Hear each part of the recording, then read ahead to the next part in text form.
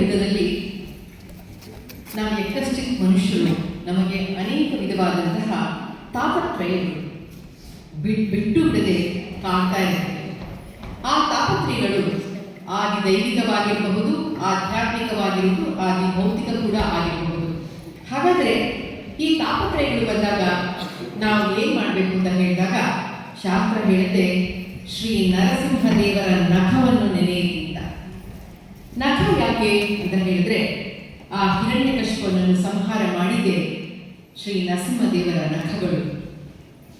ನಮಗೂ ಕೂಡ ಆ ಶ್ರೀ ನರಸಿಂಹದೇವರನ್ನು ನೆನೆದರೆ ನಮ್ಮಲ್ಲಿರುವಂತಹ ಎಲ್ಲ ತಾಪತ್ರಯಗಳನ್ನು ದೂರ ಮಾಡಿ ಆ ನರಸಿಂಹದೇವರು ನಮಗೆ ಸುಖ, ಶಾಂತಿ, ನೆಮ್ಮದಿಯನ್ನು ಕೊಡ್ತಾರೆ ಎಂದರಲ್ಲಿ ಯಾವ ಒಂದು ಅನುಮಾನವೂ ಕೂಡ ಇಲ್ಲ. ಹಾಗಾದರೆ ನಮ್ಮ ದ್ವೈತ ಸಿದ್ಧಾಂತದ ಒಂದು ಮೂಲ ನಂಬಿಕೆ ಇದೆ. ವಾಯುದೇವರನ್ನು ಒಲಿಸಿಕೊಳ್ಳಬೇಕಾದರೆ ವಾಯುದೇವರನ್ನು ಒಲಿಸಿಕೊಂಡಾಗ ಶ್ರೀಹರಿಯು ಸುಲಭವಾಗಿ ಪ್ರಸನ್ನನಾಗುತ್ತಾನೆ ಅಂತ. ನಿಮಗೆಲ್ಲ ಗೊತ್ತಿರಬಹುದು, ವಾಯುದೇವರಿಗೆ ಮತ್ತೊಂದು ಹೆಸರು ಪರಿಸರ. ಶ್ರೀ ಜಗನ್ನಾಥ ದಾಸರು ಒಂದು ಕಡೆ ಹೇಳ್ತಾರೆ, ಪರಿಸರ ನೀನಿರೆ ಹರಿತಾನಿಪ್ಪನು, ನೀ ಇರದಿರೆ ಹರಿ ಇರನು. ಕರಣ ನಿಯಾಮಕ ಗುರುವೇ ನೀ ಇದ್ದರೆ ಹರಿ ಅಲ್ಲಿರ್ತಾನೆ ಅಂತ. ಹಾಗಾಗಿ ವಾಯುದೇವರಿಗೆ ಬಹಳ ಪ್ರಮುಖವಾದ ಸ್ಥಾನವನ್ನು ಈ ಆಧ್ಯಾತ್ಮ ನೆಲೆಗಟ್ಟಿನಲ್ಲಿ ನಾವು ಕಾಣ್ತೀವಿ. ಹಾಗಾದರೆ ಈ ನಖಸ್ತುತಿಗೂ ಮತ್ತು ಈ ವಾಯುಸ್ತುತಿಗೂ ಇರುವಂತಹ ಸಂಬಂಧವೇನು ಅದನ್ನು ತಿಳಿಸಿಕೊಡ್ತಾ ಇದ್ದಾರೆ ಪ್ರಮುಖ ವಾಗ್ಮಿ. ಅವರು ಯಾರು ಅಂತ ನೀವೇ ಊಹಿಸಿಕೊಳ್ಬೇಕು ಅಂತ ನಾನು ಹೇಳಿದ್ದೀನಿ. ಶ್ರೀಯುತರು ಮಾತಿಗೆ ಒರೆಗಲ್ಲು, ಅದ್ಭುತ ವಾಗ್ಮಿ, ಚಿಂತಕ. ಬದುಕಿನ ಪಾಠಗಳನ್ನು, ಸಕಾರಾತ್ಮಕ ಚಿಂತನೆಗಳನ್ನು ಬಹಳ ಬಹಳ ಸರಳವಾಗಿ ತಿಳಿಸುವಲ್ಲಿ ಪ್ರಸಿದ್ಧರು. ಗುರು ಶಿಷ್ಯ ಪರಂಪರೆಯಿಂದ ನೋಡಬೇಕಾದ್ರೆ ನಾವು ಇವರಲ್ಲಿ ನೋಡಬೇಕು.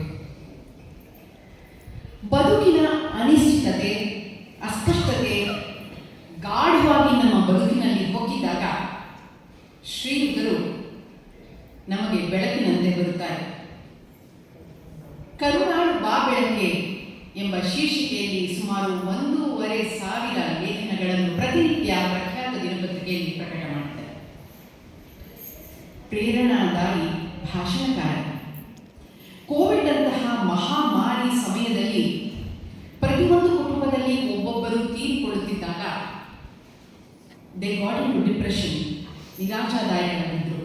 ಆಗ ಅವರ ಸಹಾಯಕ್ಕೆ ಬಂದಂತೆ ಇವರ ಮಾತುಕತೆ, ಇವರ ಮಾತು ಅನೇಕರ ಬದುಕನ್ನು ಬದಲಾಯಿಸಿತು. ಯಾರಿಗೂ ಊಹೆ ಮಾಡಿ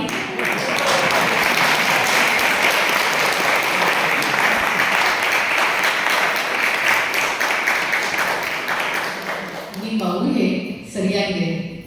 ಡಾಕ್ಟರ್ ಗುರುರಾಜ್ ಕರ್ಜಗಿಯವರು.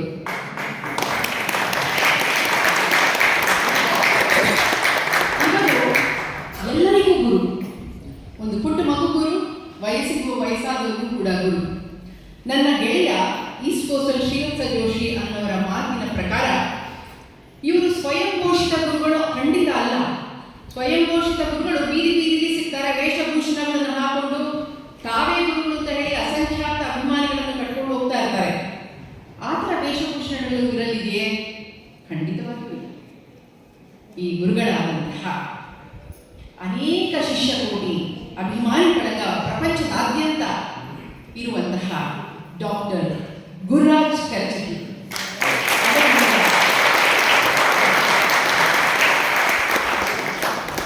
ನಖಸ್ತುತಿ ಮತ್ತು ಶ್ರೀ ವಾಯುಸ್ತುತಿ ಇದರ ಬಗ್ಗೆ ಮಾತುಗಳನ್ನು ಆಡಲಿದ್ದಾರೆ. ನಿಮ್ಮ ಮಾತುಗಳನ್ನು ಕೇಳಲು ನಾವೆಲ್ಲರೂ ಕಾತುರರಾಗಿದ್ದೇವೆ. ವೇದಿಕೆ ನಿಮ್ಮದು.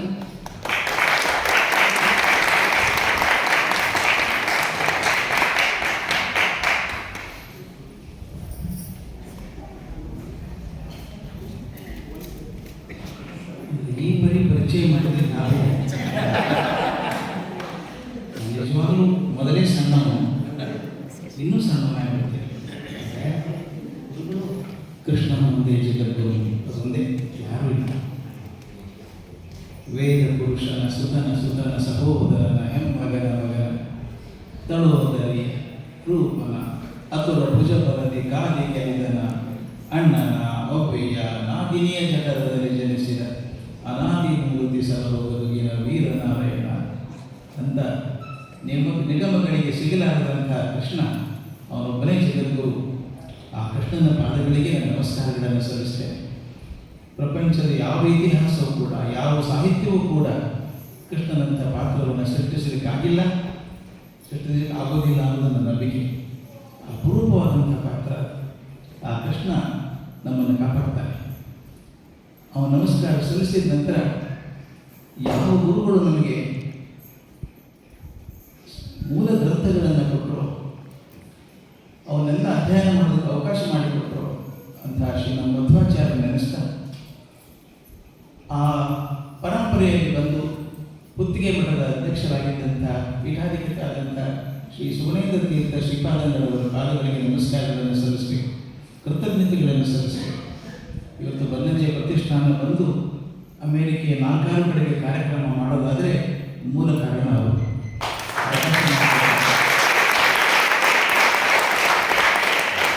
ಎಷ್ಟು ಪ್ರೀತಿ ಅಂದರೆ ಈಗ ಕಾರ್ಯಕ್ರಮ ಶುರು ಆಗೋಕ್ಕಿಂತ ಮೊದಲು ಕೂಡ ಫೋನ್ ಮಾಡಿ ಕೇಳಿದ್ರು ಹೇಗಿದ್ದೀರಿ ಅಂತ ಹೇಳಿದ್ರು. ಈ ಥರದ ಪ್ರೀತಿ, ಈ ಥರದ ಕಾಳಜಿ ತಾಯಿ ಹೃದಯ ಅವರು ಹಿಂದಿದ್ದಾರೆ ಅಂತ ಧೈರ್ಯದಿಂದ ನಾವೆಲ್ಲ ಮಾಡ್ತಿರೋ ಅವರಿಗೆ ನನ್ನ ಕೃತಜ್ಞತೆಯ ನಮಸ್ಕಾರಗಳನ್ನು ಸಲ್ಲಿಸಬೇಕು. ಹಾಗೆ ಪ್ರಸನ್ನಾಚಾರ್ಯರಿದ್ದಾರೆ.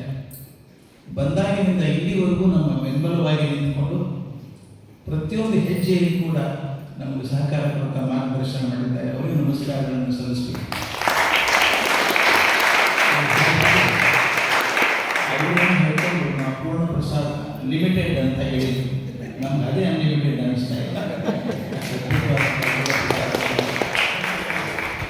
ಆಮೇಲೆ ನನಗೆ ಬಹಳ ಇವರು ಗೌರವ ಸೂಚಿಸಬೇಕಾದ್ರೆ ನನಗೆ ಇಷ್ಟೊಂದು ಜನ ಶನಿವಾರ ಬಂದು ಕೂತು ಕೇಳೋದಿದೆಯಲ್ಲ, ಮಾತಾಡೋದು ಸುಲಭ, ಕೇಳೋದು ತಳ್ಕೊಳ್ಳೋದು ಬಂದಿದೆ. ಇನ್ನೊಂದು ಬಹಳ ಮುಖ್ಯ ನನ್ನ ತಲೆ ಕೊಳಿತಾ ಇತ್ತು ಬೆಳಗ್ಗೆಯಿಂದ ಅಂದರೆ, ಬನ್ನಂಜೆ ಗೋವಿಂದಾಚಾರ್ಯರ ಬಗ್ಗೆ ಇಷ್ಟು ಜನ ಮಾತಾಡಿದ್ರಿ, ಅವ್ರ ವಿಚಾರಗಳ ಬಗ್ಗೆ ನಾವೆಲ್ಲ ಚಿಂತನೆ ಮಾಡ್ತಾ ಇದ್ದೀವಿ. ಒಂದು ಶಕ್ತಿ ಹೀಗೆ ಪ್ರಪಂಚವನ್ನು ಆವರಿಸಿಕೊಳ್ಳಬಹುದು ಅಂತ ಊಹಿಸೋದು ಕಷ್ಟ ಅಲ್ವಾ? ಒಂದು ಶಕ್ತಿ ಎಲ್ಲಿಯೋ ಅಂಬಲಪಾಡಿಯಲ್ಲಿದ್ದಂಥ ಒಂದು ಶಕ್ತಿ ಅಲ್ಲಿಂದ ಬೆಳೆದು ತ್ರಿವಿಕ್ರಮ ಆಗುವಂಥ ಇದೆಯಲ್ಲ ಕಲ್ಪನೆ, ಅದು ಬನ್ನಂಜಾಚಾರ್ಯನ ಕಂಡಾಗ ತ್ರಿವಿಕ್ರಮ ಅವತಾರ ಸಾಧ್ಯ ಇದೆ ಅಂತ ಅನಿಸುತ್ತೆ. ನಿನ್ನೆ ದಿವಸ ರಾತ್ರಿ ನಾವು ಪ್ರಬಂಧನವ್ರ ಮನೆಯಲ್ಲಿದೆ. ರಾತ್ರಿ ಪಾಪ ಮಕ್ಕಳು ಬಿಟ್ಟಿದ್ದವ್ರಿಗೆ ರಾತ್ರಿ 1:30 ತನಕ ಕೂತಿದ್ವಿ. ಅವ್ರು ಇಷ್ಟು ಚಂದ ಬರೀತಾರೆ ಅಂತ ಗೊತ್ತಿರಲಿಲ್ಲ. ತುಂಬ ಚೆನ್ನಾಗಿ ಬರೀತಾರೆ. 5 ಪದ್ಯದಲ್ಲಿ ಅವಿಷ್ಟು ಚಂದ ನೋಡಿ. ಭಾವೆಯೇ ಜ್ಞಾನ ಬುದ್ಧೈ ಮೊದಲೇದು ಅಂದರೆ ಭಾವೆಯೇ ಶುದ್ಧ ಬುದ್ಧೈ ಎರಡನೇದು, ಭಾವೆಯೇ ಶುದ್ಧ ಭಕ್ತೈ ಅಂತ 3ನೇದು, ಭಾವೆಯೇ ಲೋಕಸಿದ್ಧೈ ಅಂತ 4ನೇದು, ಭಾವೆಯೇ ಶ್ರೇಯಸ್ಸೇ ಬರಬೇಕು. ಈ ಚಿಂತನೆ ಬಂತಲ್ಲ, ಎಲ್ಲೋ ಬೇ ಏರಿಯಾದಲ್ಲಿರುವಂಥ ಒಬ್ಬರಿಗೆ ಸಂಸ್ಕೃತದ ಹುಚ್ಚಿ ಅವ್ರ ಬಗ್ಗೆ ಶ್ಲೋಕ ಬರೀಬೇಕು ಅಂತ ಮಾಡಿಸೋದಿದೆಯಲ್ಲ, ಆ ಒಳಗಿರುವಂಥ ಸ್ಫುರಣೆ ಅಂತದ್ದು ಇರಬೇಕು ಅಂತ ಕಲ್ಪನೆ ಮಾಡಬೇಕು.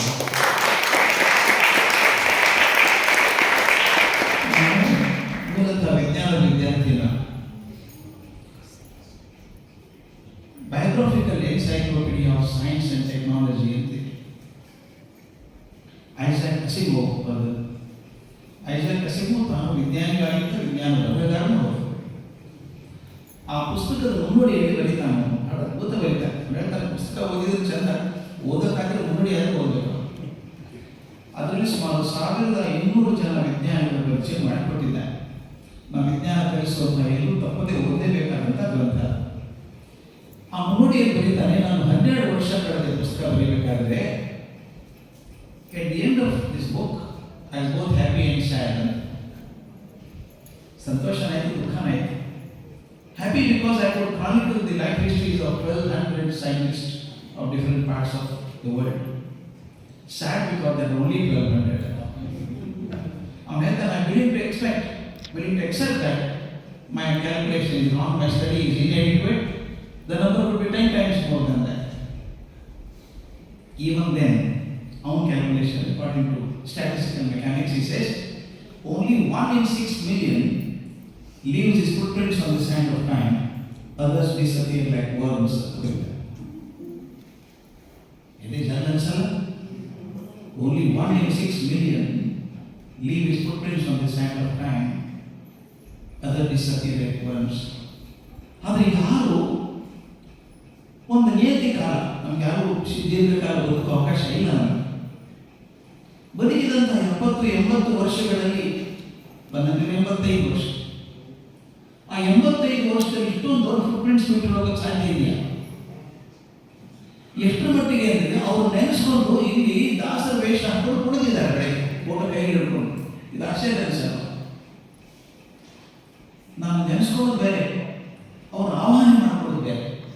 ಈಗ ಆಹ್ವಾನ ಮಾಡ್ಕೊಂಡು ಇಷ್ಟೊಂದು ಜನ ಇರಬೇಕಾದ್ರೆ ನನ್ನ ಅದ್ಭುತ ಪಡೆದದ್ದು ಎಲ್ಲಿ ಅಮಲಪಾಡಿ, ಎಲ್ಲಿ ಬೇ ಏರಿಯಾ, ಎಲ್ಲಿ ಸ್ಯಾನ್ ಹೊಸೈಟ್, ಎಲ್ಲಿದು ನ್ಯೂ ಜರ್ಸಿ, ಎಲ್ಲಿ ವಾಷಿಂಗ್ಟನ್ DC, ಎಲ್ಲಿ ಹ್ಯೂಸ್ಟನ್, ಎಲ್ಲಿ ಫೀನಿಕ್ಸ್, ಎಲ್ಲ ಕಡೆಗೂ ತುಂಬಿಕೊಂಡಿದ್ದಾರಲ್ಲ, ಆಹ್ವಾನ ಆಗಿದೆಯಲ್ಲ. ನನಗೆ ರಾಮಾಯಣ ಮಾತೊಂಚೂರು ಬದಲಿ ಮಾಡಬೇಕು ಅನಿಸ್ತು.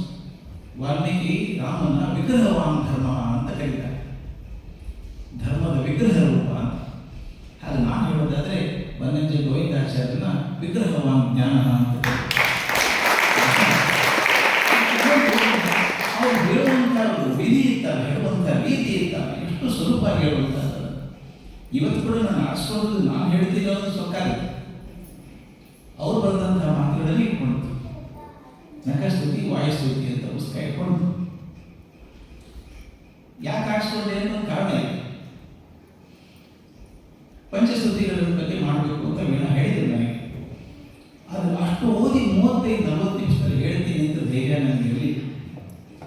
ಇದನ್ನು ಚೂರು ಅಲ್ಲಲ್ಲಿ ಹೇಳೋದ್ರಿಂದ ಒಂದು ಎರಡನ್ನು ಗಟ್ಟಿಯಾಗಿ ಆರಿಸ್ಕೊಳ್ಬೋದೇನೋ ಅಂತ ಅನಿಸ್ಕೊಂಡು ನಾನು ನಖಸ್ತುತಿ ಮತ್ತು ವಾಯುಸ್ತುತಿ ಆರಿಸ್ಕೊಂಡೆ. ಅದ್ರ ಬಗ್ಗೆ ಅವ್ರು ನೆನೆಸ್ಕೊಂಡೇ ಹೇಳಿದರು. ಯಾರು ಅವ್ರನ್ನ ಕಂಡಿದ್ದೀರಿ, ಅವ್ರು ಹಿರಿಯರೆಲ್ಲ ಕೂತಿದ್ದಾರೆ, ಅವ್ರ ಮಾತು ಕೇಳಿದ್ದಾರೆ ಅಂತ ಗುರುಪ್ರಸಾದ್ ಅವರು ಹೇಳ್ತಾ ಇದ್ದಾರೆ. ಅವರೆಲ್ಲ ಬನ್ನಂಜೆ ಗೋವಿಂದಾಚಾರ್ಯ ಪಾಠಕ್ಕೆ ಕೂತ್ಕೊಂಡು ಹೋಗೋರೆಲ್ಲ ಅಂತ ಪುಣ್ಯವಂತರು ಅಂತ ಹೇಳ್ಬೇಕಷ್ಟೇ. ಪುಣ್ಯವಂತರು ಯಾಕಂದರೆ ಸಾಕ್ಷಾತ್ ಗುರುಗಳ ಕಡೆಯಿಂದ ಕಲಿಯೋದು ಬೇರೆ, ನಾನು ಕಲಿತದ್ದನ್ನು ಮತ್ತೊಬ್ಬರಿಗೆ ಒಪ್ಸೋದು ಬೇರೆ ಆಗ್ತದೆ. ಎಕ್ಸ್ಟೆನ್ಷನ್ ಡೈಲ್ಯೂಷನ್ ಆಗ್ಬೋದು.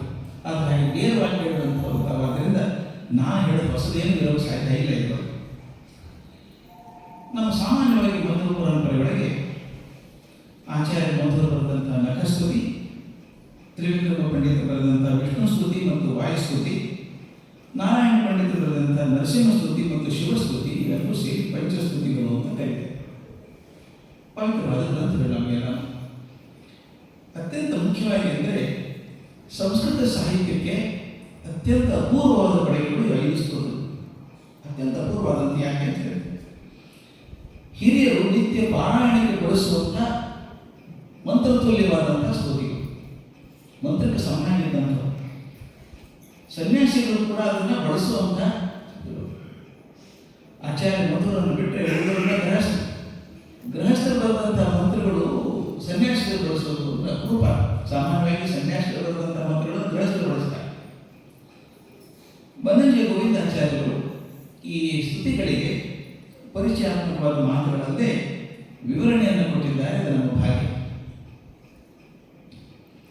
ಈ ನಖಸ್ತುತಿ ವಾಯುಸ್ತುತಿ ಯಾಕೆ ಆರಿಸ್ಕೊಂಡೆ ಅಂತಂದರೆ, ಒಂದು ಸಮಯ ನನ್ನ ಅಸಮರ್ಥತೆ, ಇನ್ನೊಂದು 5 ಹೇಳುವಷ್ಟು ಸಮರ್ಥೆ ನನ್ನ ಕಡೆ ಸಂಸ್ಕೃತ ಭಾಷೆ ನನಗೆ ಸಿಗಲಿ, ಅದು ಗಟ್ಟಿಯಾಗಿ ಸಿಗಲಿ.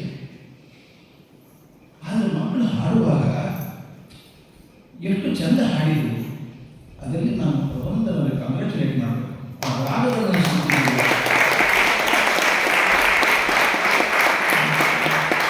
ಹುಡುಗಿ ಹಾಡಿದ್ದಪ್ಪ, ಎಷ್ಟು ಚಂದ ಹಾಡಿದ್ರು ನಿಜವಾಗ್ಲೂ. ಅದು ರೆಕಾರ್ಡ್ ಮಾಡ್ಬೋದಲ್ಲ, ಎಷ್ಟು ಚಂದ. ಆ ರಾಗ ಸವಿಯೋದು ತುಂಬ ಚೆನ್ನಾಗಿ ಮನಸ್ಸಿಗೆ ಹಿಡಿದಿದೆ. ಯಾವಾಗಲೂ ಸ್ತುತಿ ಅಂದರೆ ಮನಸ್ಸಿಗೆ ತಕ್ಕಂಥ ಹೃದಯಕ್ಕೆ ಹೋಗ್ಬೇಕು, ತಲೆಗೆ ಹೋಗ್ಬಾರ್ದು. ಮಾತು ಹೇಳ್ತೀನಿ, anything goes to the brain goes to short term memory, anything goes to the heart goes to long term memory. ಅದು ಹಾರ್ಟಿಗೆ ಹೋಗುವಂತಷ್ಟೆಲ್ಲ ರಾಗ ಸಂಯೋಜನೆ ಆಗಿದೆ. ಅದರಿಂದ ಹಾಡಿದವರಿಗೂ ಸಂಯೋಜನೆ ಮಾಡಿದವರು ಅಭಿನಂದನೆಗಳು ಹೇಳಬೇಕು. ಈ ವಾಯುಸ್ತುತಿಯನ್ನು ರಚನೆ ಮಾಡಿದವರು ತ್ರಿವಿಕ್ರಮ ಪಂಡಿತಾಚಾರ್ಯರು ಎಲ್ಲರೂ ಗೊತ್ತಿರುವಂಥ ವಿಷಯ. ಇದರ ಹಿಂದೆ ಒಂದು ಐತಿಹ್ಯ ಇದೆ, ಒಂದು ಘಟನೆ ಇದೆ ಅಂತ ಹೇಳ್ತಾರೆ. ಆಚಾರ್ಯ ಬಂದು ಪೂಜೆ ಕೊಡ್ತಿದ್ರು. ನೈವೇದ್ಯ ಮಾಡುವ ಹೊತ್ತಿನಲ್ಲಿ ಸಮರ್ಪಣೆ ಆಗುವಾಗ ಬಾಗಿಲು ಹಾಕಿರ್ತಾರೆ. ಸಮರ್ಪಣೆ ಮುಗಿದ ಮೇಲೆ ಘಂಟಾನಾದ ಆಗಬೇಕು. ಆಗ ಬಾಗಿಲು ತೆಗಿಬೇಕು. ಅವ್ರ ಶಿಕ್ಷಕರು ಕೂಡ ಕೂತಿದ್ರು. ಘಂಟಾನಾದ ಆಗ್ತದೆ, ಬಾಗಿಲು ತೆಗಿತಾರೆ, ದೇವರ ದರ್ಶನ ಆಗ್ತದೆ ಅಂತ ಕೂತಿದ್ರು. ತ್ರಿವಿಕ್ರಮ ಪಂಡಿತರು ಅಲ್ಲೇ ಎಷ್ಟೊತ್ತಾದರೂ ಘಂಟಾನಾದ ಕೇಳಿ. ನಾನು ಇದು ಓದಬೇಕಾದ್ರೆ ಕಣ್ಣು ಮುಂದೆ ಬಂದದ್ದು ಪೂರ್ಣಪ್ರಸಾದ್ ಆ್ಯಕ್ಟಿಂಗ್ ಮಾಡಿದಂಥ ಮಧ್ವಾಚಾರ್ಯ ಸಿನಿಮಾದಲ್ಲಿ. ಅವರೇ ಆ ದೃಶ್ಯದಲ್ಲಿದ್ದಾರೆ. ನಮಗೆ ಎಷ್ಟು ಇಷ್ಟವಾದಂಥ ದೃಶ್ಯ. ಅದರಲ್ಲಿ ಬಾಲಮುರಳಿ ಹಾಡಿದಂಥ ಒಂದೇ ಮನಸ್ಸಲ್ಲಿ ಕೂತ್ಕೊಂಡ್ಬಿಟ್ಟಿದ್ದಾರೆ.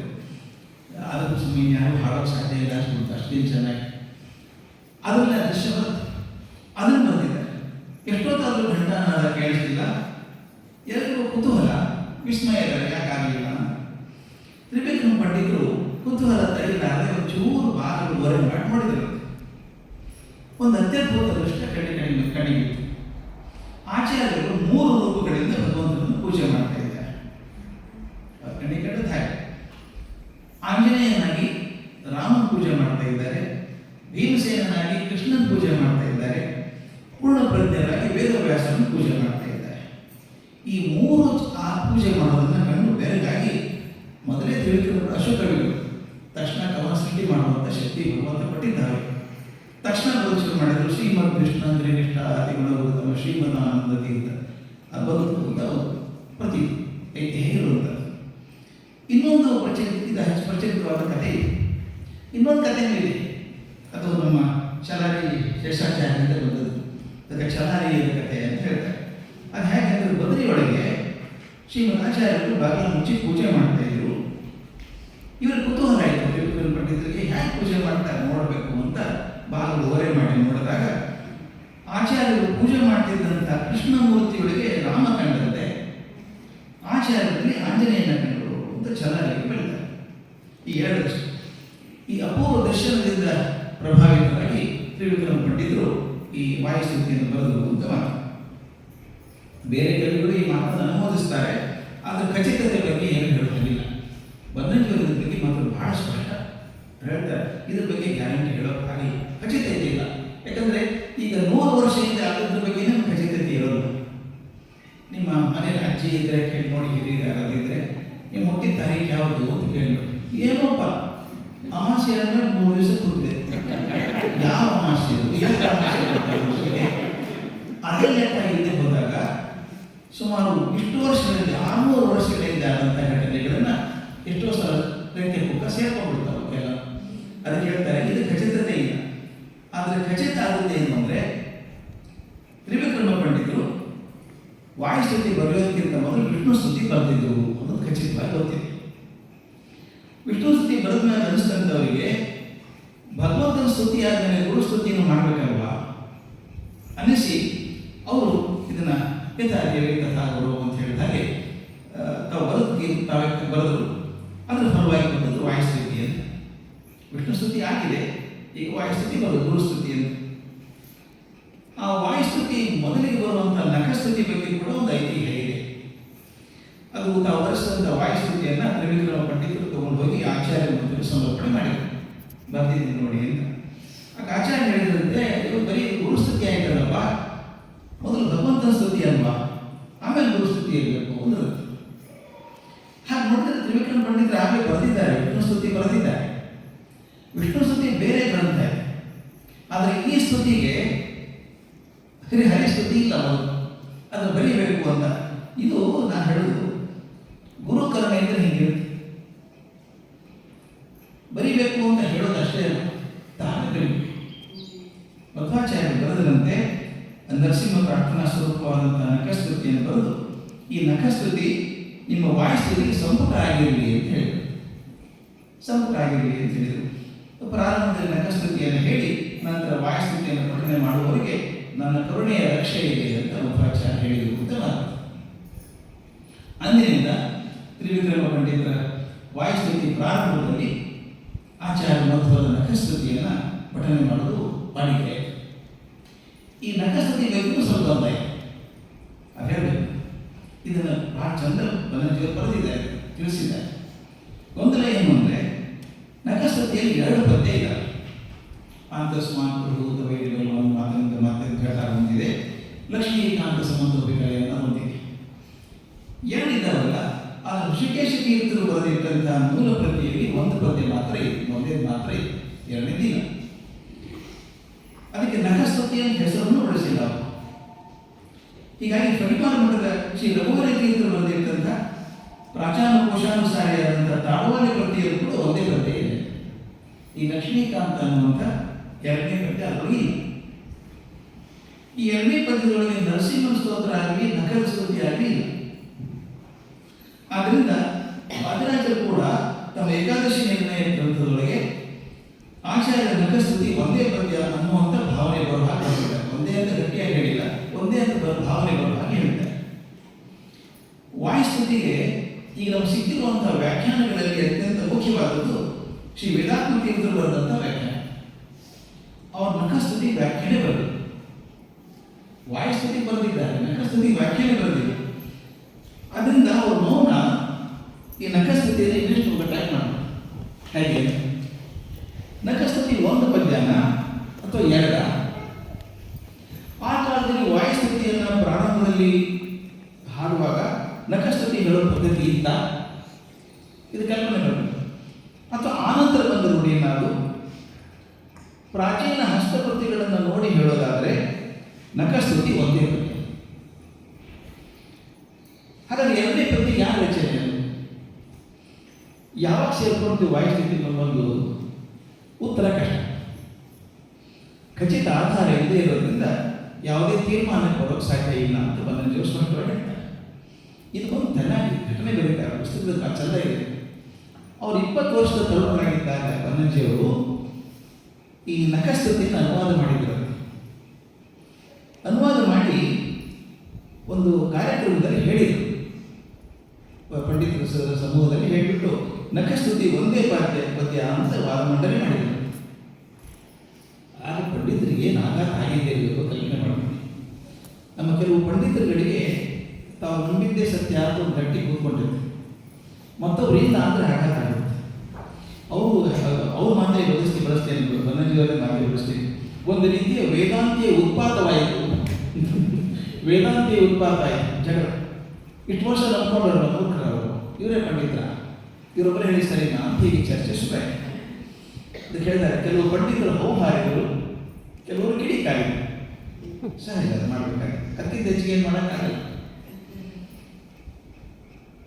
ಒಪ್ಪಿದ ಪಂಡಿತರೆಲ್ಲ ಮೂರ್ಖರ ಅಂತೆಲ್ಲ ಪ್ರಶ್ನೆ ಕೇಳಿದರು.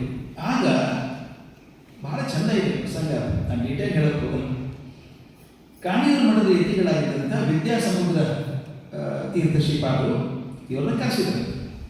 ವಯಸ್ಸು ತುಂಬ ಹಿರಿಯರು, ಹೆಸರಿಗೆ ತಕ್ಕಂತೆ ವಿದ್ಯಾಸಮುದ್ರರಾಗಿದ್ದರು ಅವರು. ಆಮೇಲೆ ಅವರು ಬಹುಶಃ ಮಾತು ಕಮ್ಮಿ ಅನಿಸುತ್ತೆ, ಅವರು ಎಲ್ಲರ ಮುಂದೆ ಜಾಸ್ತಿ ಮಾತಾಡ್ತಿರ್ಲಿಲ್ಲ ಅಂತ ಅನಿಸುತ್ತೆ ಅವ್ರು ಹೇಳೋದು ನೋಡಿದಾಗ. ಮಹಾ ತಪಸ್ವಿಗಳಾಗಿದ್ದರು. ಇವರು ಕರೆದಾಗ ಬನ್ನಂಜಿಯವರಿಗೆ ಖಾತ್ರಿ ಆಯಿತು, ನಾನು ಬೈತಾ ಇರಬೇಕು ಅಂತ. ಯಾಕಂದರೆ ಎಲ್ಲರೂ ನಂಬ್ಕೊಂಡಿದ್ದಾರೆ 2 ಸ್ತುತಿಗಳು 2 ಪದ್ಯಗಳು ಅಂತ, ಒಂದೇ ಅಂತ ಇವರು ಭಾಷಣ ಮಾಡಿದ್ದಾರೆ, ಅದರಿಂದ ನನಗೆ ಚೆನ್ನಾಗಿ ಬೈಗಳು ಬೀಳ್ತದೆ ಅಂತ ಅಂದ್ಕೊಂಡು ಹೋಗಿದ್ದಾರೆ. ಆದರೆ ಅವ್ರು ಕೂಡಿಸ್ಕೊಂಡು ಹೇಳಿದ್ರಂತೆ, ಈಗ ಹೇಳಿದ್ರಲ್ಲ ಸರಿಯಾದದ್ದು, ನೀವು ಹೇಳಿ ಸರಿಯಾದದ್ದು, ಇದು ಹ್ಯಾಕೆ ಬರುತ್ತೆ ಅಂತ ಪ್ರಸಂಗ ಹೇಳಿಬಿಡ್ತೇನೆ, ಮಜಾ ಇದೆ. ಹೇಳಿ ಸರಿಯಾಗಿದೆ, ಆದರೆ ಪುಟ್ಟಿದ್ರು ಒಪ್ಪಲ್ಲ ಅಂದ್ರೆ. ಅಂದರೆ ಶ್ರೀಗಳಿಗೆ ಕೂಡ ಪಂಡಿತರ ಹೆದರಿಕೆ ಇದೆ ಅಂದಂಗೆ. ಇದೆಲ್ಲ ಕಡೆ ಇರೋ ವ್ಯವಸ್ಥೆ ಇದೆ. ನಾನು ಡಾಕ್ಟರ್ ಕಲಾಂ ಅವರು ಹೇಳಿದ್ದೆ ಇದನ್ನು, ಯು ಡಿಸಪಾಯಿಂಟೆಡ್ ಮೀ ಅಂದರೆ. ಯಾಕೆ ಇದು ಓತ್ ಟೇಕಿಂಗ್ ನ್ಯೂಸ್, ನೀವು ಸೈಂಟಿಸ್ಟ್, ಉಳಿದವರೆಲ್ಲ ಗಲ ಬಂದು ಕೋಟ್ ಹಾಕ್ಕೊಂಡು ಹೋಗ್ತಾರವ ರಾಜಕಾರಣಿ. ನೀವು ಸೈಂಟಿಸ್ಟ್ ಆಗಿದ್ದು ಎಂದೂ ಗಲ ಬಂದು ಕೋಟ್ ಹಾಕ್ಕೊಂಡು ಹೋಗಲ್ಲ, ಟೈ ಹಾಕ್ಕೊಂಡು ಕೋಟ್ ಹಾಕ್ಕೊಂಡು ಇದು ಬೇರೆ ಶರ್ಟ್ ಟಕಿಂಗ್ ಮಾಡ್ಕೊಂಡು ಹೋದವರು ನೀವು. ಆ ಸ್ವೇರಿಂಗ್ ಏನು ಸರ್ ನನಗೆ ಯಾಕೆ ಜನ ಒಂದು ಕೋಟ್ ಹಾಕೊಂಡು ಹೋದ್ರಿ ಅಂತ ಕೇಳಿದೆ. ಅವರಂತ ಮಗು ಮನಸ್ಸರು ನಾನು ಕಂಡಿಲ್ಲ ಇರೋದು ಜೀವನದಲ್ಲಿ. ಹೇಳಿದ ತಕ್ಷಣ ಅವ್ರು ನೀವು ನೋಡಿದ್ರೆ ಆ ಕಡೆ ನೋಡಿ, doctor K, president is not a free man.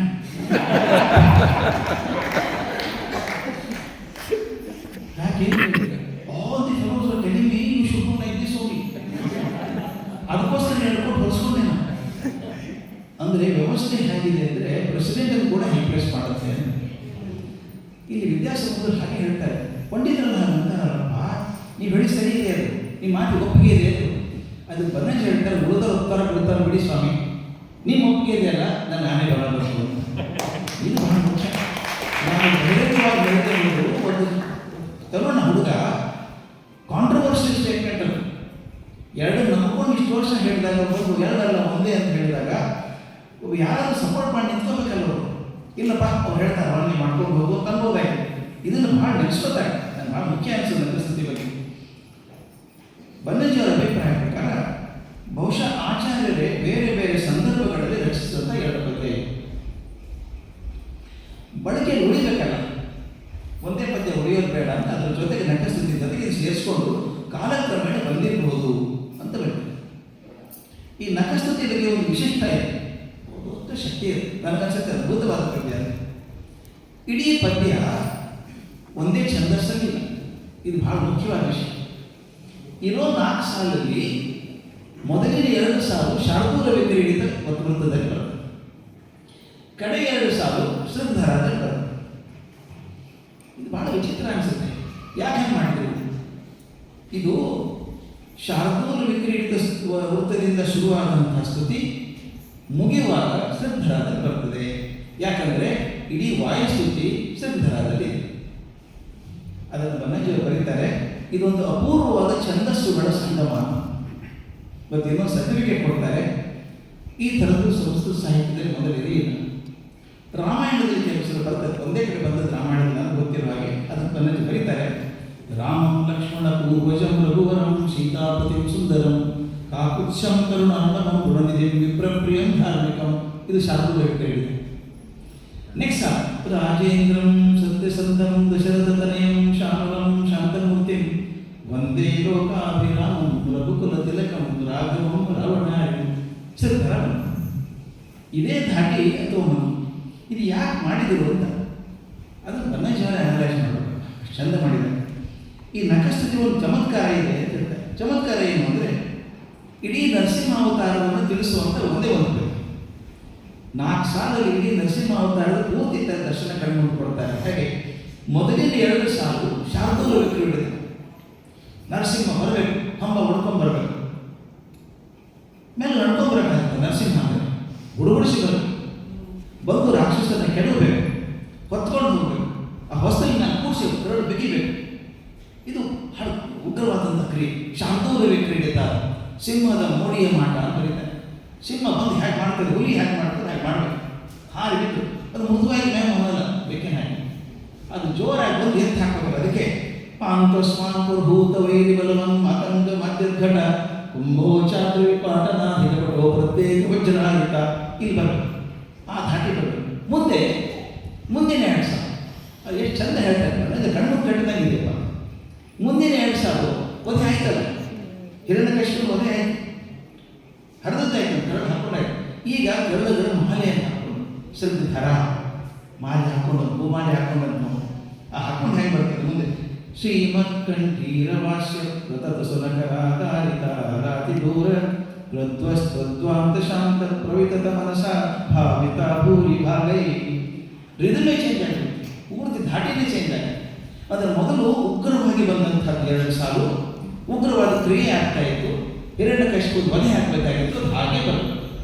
ಅದಾದಮೇಲೆ ಕರುಳನ್ನು ಹಾಕ್ಕೊಂಡಿದ್ದಾನಲ್ಲ ಶ್ರದ್ಧರ, ಹೂವಿನ ಹಾಗೆ ಹಾಕ್ಕೊಂಡಂತು, ಹೂವಿನ ಹಾಗೆ ಒಂದೇ ಕರುಳಿನ ಹಾರ ಒಂದೇ ಹಾಕ್ಕೊಂಡ್ಮೇಲೆ ಶಾಂತ ಆಗಬೇಕು. ಆ ಧಾಟಿನೇ ಬೇರೆ ಆಗಬೇಕು, ಆ ಶ್ರದ್ಧರಾದಲ್ಲಿ ಬರಬೇಕು ಅಂತ ಅದು ಹಾಕಿದ್ದು. ಇದು ನರಸಿಂಹಾವತಾರವನ್ನು ಇಡೀ ಛಂದಸ್ಸಿನ ಆಯ್ಕೆಯಿಂದ ತಿಳಿಸಿದಂಥದ್ದು. ಬಹುಶಃ ಬನ್ನಂಜಿಯವರ ಪ್ರಕಾರ ಸಂಸ್ಕೃತ ಸಾಹಿತ್ಯದಲ್ಲಿ ಇಂಥ ಒಂದು ರಚನೆ ಆಗಿಲ್ಲ ಇದುವರೆಗೂ. ಅಂದರೆ ಇಡೀ ಕಥೆಯನ್ನು ಛಂದಸ್ಸಿನ ಮೂಲಕ ಹೇಳುವಂಥದ್ದು. ಮೊದಲಿನ ಉಗ್ರ ಕ್ರಿಯೆ ಆಗುವಂಥದ್ದನ್ನು ಶಾರ್ದೂಲ ವಿಕ್ರೀಡಿತದಲ್ಲಿ ಮುಂದೆ ಶಾಂತನಾಗುವಂಥದ್ದು, ಪ್ರಹ್ಲಾದನಿಗೆ ಅನುಗ್ರಹ ಮಾಡುವಂಥ ಕಾಲ, ಅದನ್ನು ಮಾಲೆ ಹಾಕೊಂಡಂಥ ಶಾಂತವಾದ ನರಸಿಂಹ. ಎರಡೂ ಒಂದೇ ಸಾಲು ಬರಬೇಕು, ಒಂದೇ ಪದ್ಯದಲ್ಲಿ ಬರಬೇಕು ಅಂತ ಅದಕ್ಕೆ ಹೇಳ್ತಾರೆ. ಈ ಬೆರೆ ಹುಟ್ಟಿಸುವಂಥ ಛಂದಸ್ಸಿನ ಸಂಯೋಜನೆ ಆಚಾರ್ಯರ ಅನನ್ಯ ಕೊಡುಗೆ.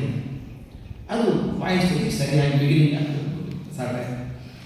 ನಖಸ್ತುತಿ ನಂತರ ಬರುವಂಥ ವಾಯುಸ್ತುತಿ ಇದೆಯಲ್ಲ, ಪೂರ್ತಿ ಶೃಂಗಾರದಲ್ಲಿ ಇರೋದ್ರಿಂದ ಇದನ್ನು ಯಾಕೆ ಮಾಡಿದರು, ಮಧ್ವಾಚಾರ್ಯರು ಯಾಕೆ ಮೊದಲನೇ 2000 ಶಾರ್ದೂಲ ವಿಕ್ರೀಡಿತ, 2000 ಶೃಂಗಾರ ಯಾಕೆ ಮಾಡಿದರು ಅಂತ ಅದನ್ನು ಎಷ್ಟು ಚೆಂದ ಅನಲೈಸ್ ಮಾಡ್ತಾರೆ ಅಂದರೆ, ಇದು ಗುರು ಕಾರುಣ್ಯ, ಗುರುವಿನ ಕರುಣೆ.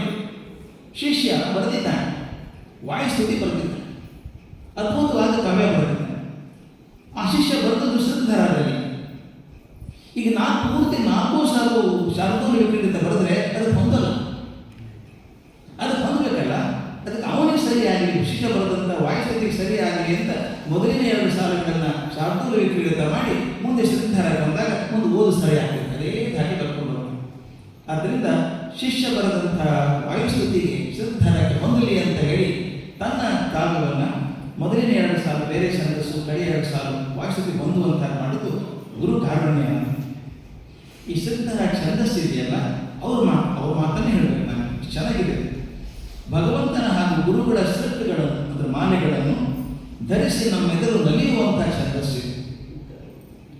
ಛಂದಸ್ಸು ಚಂದ, ನಮ್ಮನ್ನು ಮೈಮರೆಸಿ ಕುಳಿಸುವಂಥ ಛಂದಸ್ಸು.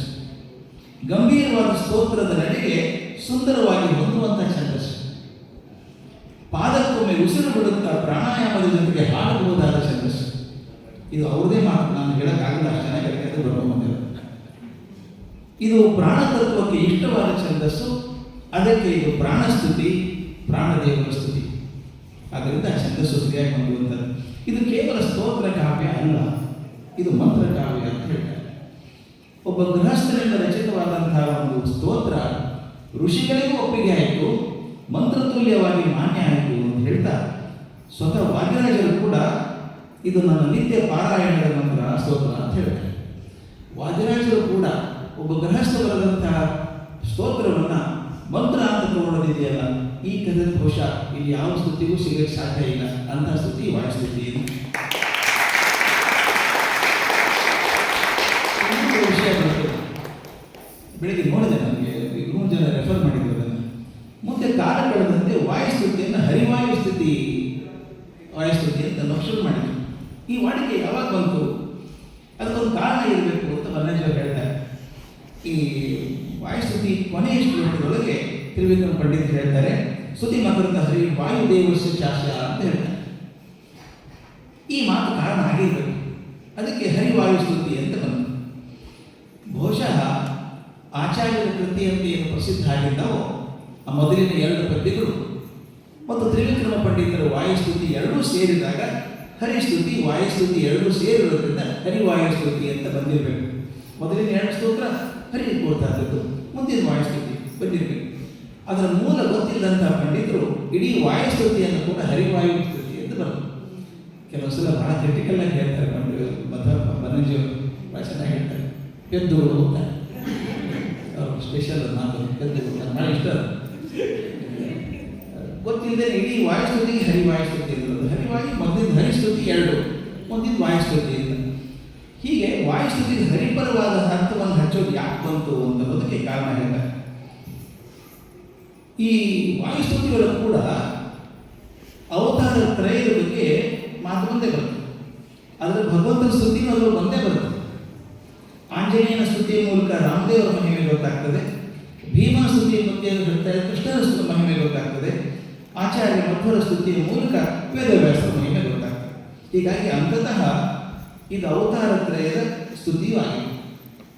ಅದರಿಂದ ಇದರಿಂದ ಹರಿವಾಯುಸ್ತುತಿ ಅಂತ ಕರಿಬಹುದು ಅಂತ. ಇನ್ನೊಂದು ಸಾಧ್ಯತೆ ಇದೆ, ತ್ರಿವಿಕ್ರಮ ಪಂಡಿತರು ಮೊದಲು ವಿಷ್ಣು ಸ್ತುತಿ ಬರೆದಿದ್ರು, ನಂತರ ವಾಯುಸ್ತುತಿ ಬರೆದರು. ಮೊದಲು ಭಗವಂತನ ಸ್ತೋತ್ರ, ಆಮೇಲೆ ಗುರು ಸ್ತೋತ್ರ.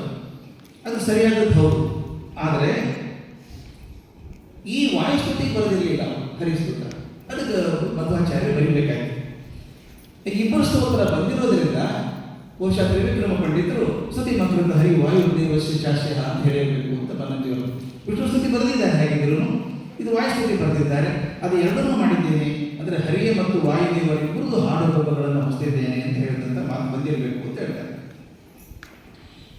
ಅದಕ್ಕೆ ಹೇಳ್ತಾರೆ ಕೊನೆಗೊಂದು ಮಾತು. ಇವಾಗ ನನ್ನ ಟೈಮ್ ಜಾಸ್ತಿ ಆಯಿತು ಅಂತ ಮಾತಾಡಿದ್ದು ಈಗಾಗಲೇ. ಇದು ತುಳುನಾಡಿನ ಅಭಿಜಾತ ಕವಿ, ಪ್ರಾಯ ತುಳುನಾಡಿನ ಪ್ರಥಮ ಸಂಸ್ಕೃತ ಕವಿ, ತ್ರಿವಿಕ್ರಮ ಪಂಡಿತರು ನೀಡಿದಂಥ ಮಹತ್ತರ ಕೊಡುಗೆ. ನಾವು ಮಕ್ಕಳಿಗೆ ಹೇಳಬೇಕಾದ್ರೆ ಅದನ್ನು ಹೇಳಿಸ್ಬೇಕಾದ್ರೆ ತಪ್ಪದೇ ಹೇಳಿಸ್ಬೇಕು ಮಕ್ಕಳ ಕಡೆಯಿಂದ. ಎರಡು ಕಾರಣ. ನಾನು ಗುರುಕುಲಕ್ಕೆ ಹೋದಾಗ ನನ್ನ ಅಷ್ಟು ಅನಿಸೋ ನಮ್ಮ ಗುರುಗಳು ಹೇಳೋ ವಾಯುಸ್ಥಿತಿ ಅಂದ್ರೆ ನಮ್ಮ ಗುರುಗಳು ನೋಡೋದು ಚಂದ. ಎಲ್ಲೂ ಹೇಳಿದ್ದೆ ಅದನ್ನು, ನೋಡೋದು ಭಾಳ ಚಂದ ಇದೆ. ಗುರುಕುಲಕ್ಕೆ 6 ವರ್ಷ ಹೋದೋ ನಾನು, ಇಷ್ಟ ಇದೆ ಹೋದು ಪ್ರಾಮಾಣಿಕ ಹೇಳಬೇಕು. ಧಾರವಾಡದಲ್ಲಿ ಬೆಳಿಗ್ಗೆ 4:00 ಅದು ಯಾರು ಹೋಗ್ತಾರೆ? ನಾನು 8 ವರ್ಷ ಹೋದ. ಚಳಿಯಲ್ಲಿ ಧಾರವಾಡದಲ್ಲಿ 4 ತಿಂಗಳು ಮಳೆ ಬಿಡೋಲ್ಲ. ರೇನ್ ಕೋಟ್ ಹಾಕ್ಕೊಂಡು ಸೈಕಲ್ ಅಡ್ಗಾಲ ಹಾಕ್ಕೊಂಡು ಹೊಡ್ಕೊಂಡು ಹೋಗ್ಬೇಕು ಗುರುಕುಲ. ನೋಡೋಕೆ ಭಾಳ ಚಂದ ನಮ್ಮ ಗುರುಗಳು, ಅಷ್ಟು ಚಂದ. ಕೂತಿರೋರು ಮುಂದೆ ಕೂಡ್ಬೇಕು ನಾವು, ಅವರು ಒಂದು ಯಾವುದೋ ಸ್ತೋತ್ರ ಅರ್ಧ ನಿಲ್ಲಿಸೋರು ಮುಂದೆ ಕಂಟಿನ್ಯೂ ಮಾಡಬೇಕು. ಮಾಡಿ ಏನಾದರೂ ತಪ್ಪಿ ಅಂದರೆ, ಉಚ್ಚಾರ ತಪ್ಪಾದರೆ, ಶಬ್ದ ಸರಿಯಾಗಿ ಬಳಸದೆ ಹೋದರೆ, ಸ್ವರ ಸರಿಯಾಗಿ ಬಳಕೆ ಹೋದರೆ, ಪಕ್ಕದಲ್ಲಿ ತಾಮ್ರ ತಂಬಿಗೆ ಒಂದು ತಾಮ್ರ ಚಮ್ ನೀರಿಟ್ಕೊಂಡಿರೋ ಚಕ್ಕನ ಮುಟ್ಟಿಗೆ ಎಳಗಾಲೆ ಇನ್ನೊಂದು ಸ್ನಾನ ಮಾಡಬಹುದು. ಅಲ್ಲಿ ತಣ್ಣೀರು ಸ್ನಾನ ಮಾಡೋದು ನಿಮ್ಗೆ ಗೊತ್ತಿದೆ. ಧಾರವಾಡ ಕಣ್ಣಲ್ಲಿ ಎಲ್ಲರೂ ಲಟಕಟಿಸಿ ಹೋಗ. ಒಂದಿಬ್ಬರು ಕ್ಷುದ್ರ ಜೀವಿಗಳು ಇರ್ತಿದ್ರೆ ಮಾಮಿ ಅಂತ ಹಿರಿಗಳು, ಅವ್ರು ಬಂದಾರೆ ಕಾಯಿ ತಣ್ಣೀರು ಹಾಕುವ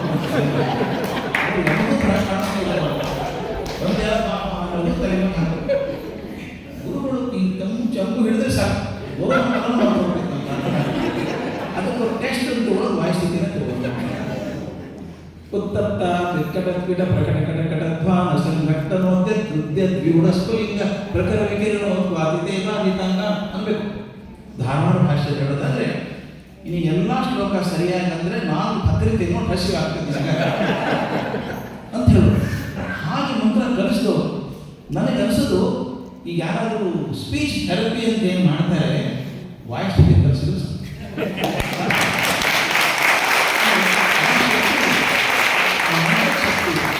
ದಯವಿಟ್ಟು ಮಕ್ಕಳಿಗೆ ತಿಳಿಸ್ಬೇಕು. ಭಾಷೆ ಬರಬೇಕು. ಶ್ರೀಮದ್ ವಿಷ್ಣುನಿಷ್ಠಾದಿ ಗುಣಗುರುತಮ ಶ್ರೀಮದಾನಂದ ತೀರ್ಥ ತ್ರೈಲೋಕ್ಯಾಚಾರ್ಯ ಪಾದೋ ಜ್ವಲ ಜ್ವಲ ಜ್ವಲ ಸರ್ಪಾಂಸೋಸ್ಮಾನ್ ಪುನಂತು.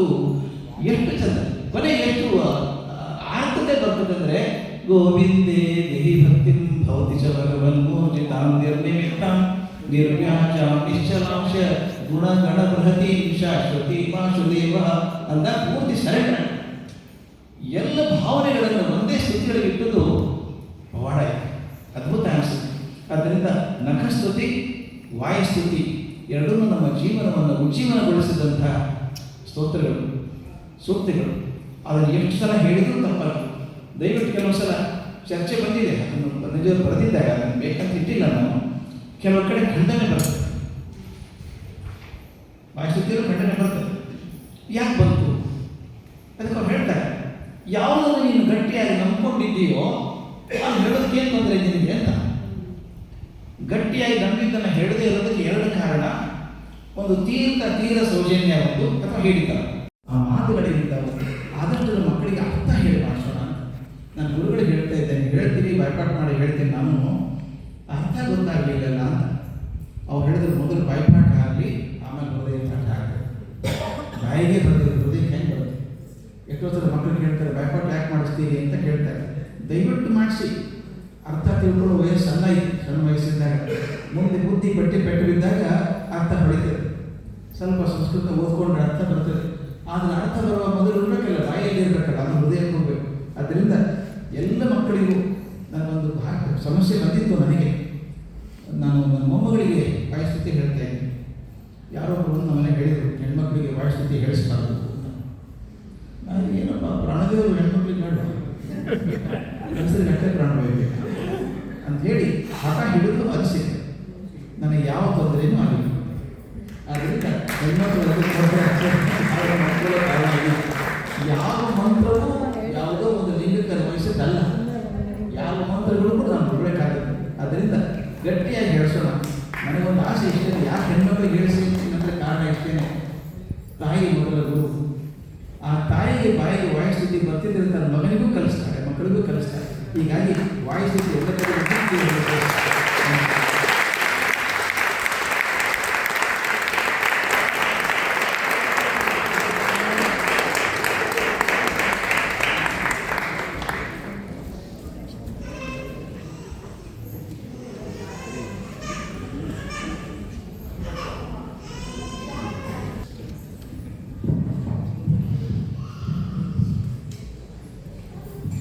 ಕುಸುಮದೊಳು ಗಂಧವು, ಗಂಧದೊಳು ಕುಸುಮವು, ಕುಸುಮ ಗಂಧಗಳೆರಡು ನಿನ್ನಲ್ಲಿರೋ ಹರಿಯೇ ಅಂತ ಹೇಳ್ತಾರೆ ಕನಕದಾಸರು. ತಮ್ಮ ನುಡಿಗಳಿಂದ ಪರಾಗಸ್ಪರ್ಶದ ಸಿಂಚನ ಮಾಡಿ ನಿಮ್ಮೆಲ್ಲರ ಭಾವನೆಗಳನ್ನು, ಮನಸ್ಸನ್ನು ಪುಳಕಗೊಳಿಸಿದಂತಹ ಶ್ರೀಜಿಯವರಿಗೆ ನನ್ನ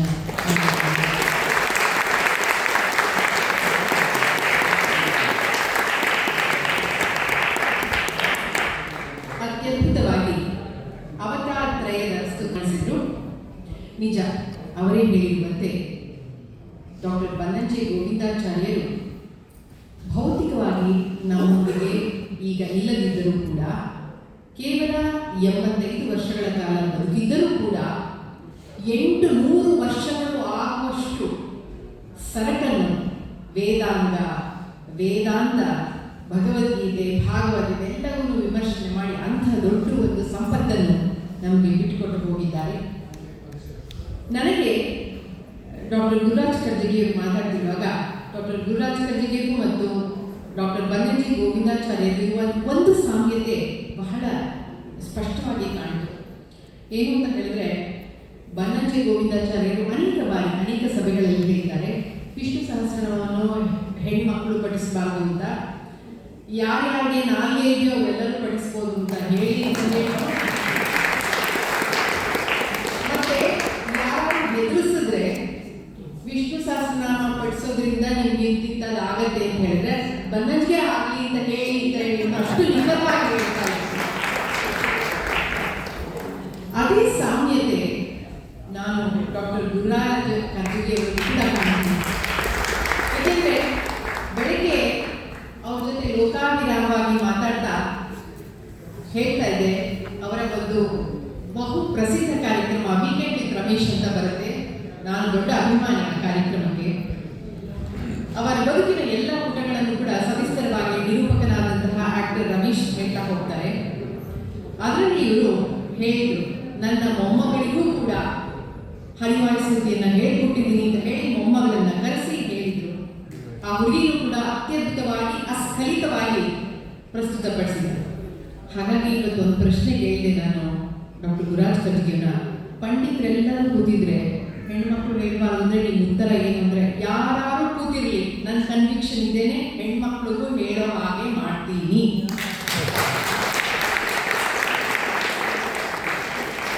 ಹೀಗಾಗಿ ಇವರು ನಮಗೆ ಬಹಳ ಹತ್ತಿರವಾಗ್ತಾರೆ.